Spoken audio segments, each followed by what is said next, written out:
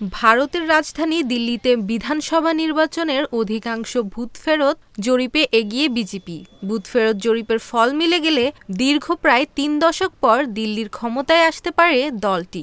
ভারতীয় সংবাদ মাধ্যম এনডিটিভি ও টাইমস অফ ইন্ডিয়ার প্রতিবেদনে এ তথ্য জানা গেছে।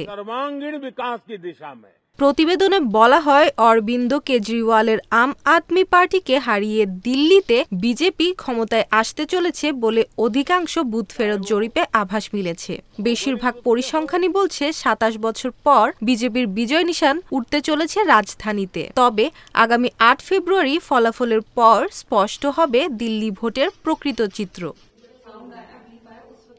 গতকাল বুধবার দিল্লির ৭০টি বিধানসভা আসনে ভোটগ্রহণ হয়েছে। সেখানে নিরঙ্কুশ সংখ্যাগরিষ্ঠ ম্যাজিক সংখ্যা ৩৬টি। সন্ধ্যার দিকে বুথ ফেরত জরিপে ফল প্রকাশ করে বিভিন্ন সংস্থা। এসব জরিপে ৩৫টি থেকে ৫০টির মধ্যে আসন দেওয়া হয়েছে বিজেপিকে।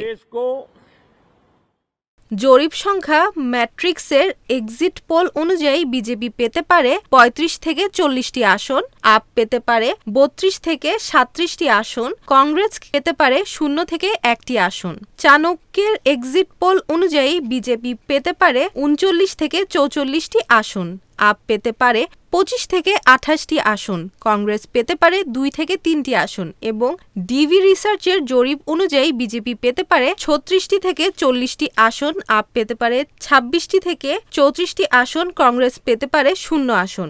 এছাড়া আরও কয়েকটি সংস্থা বুথ-ফেরত জরিপে এগিয়ে রাখা হয়েছে বিজেপিকে।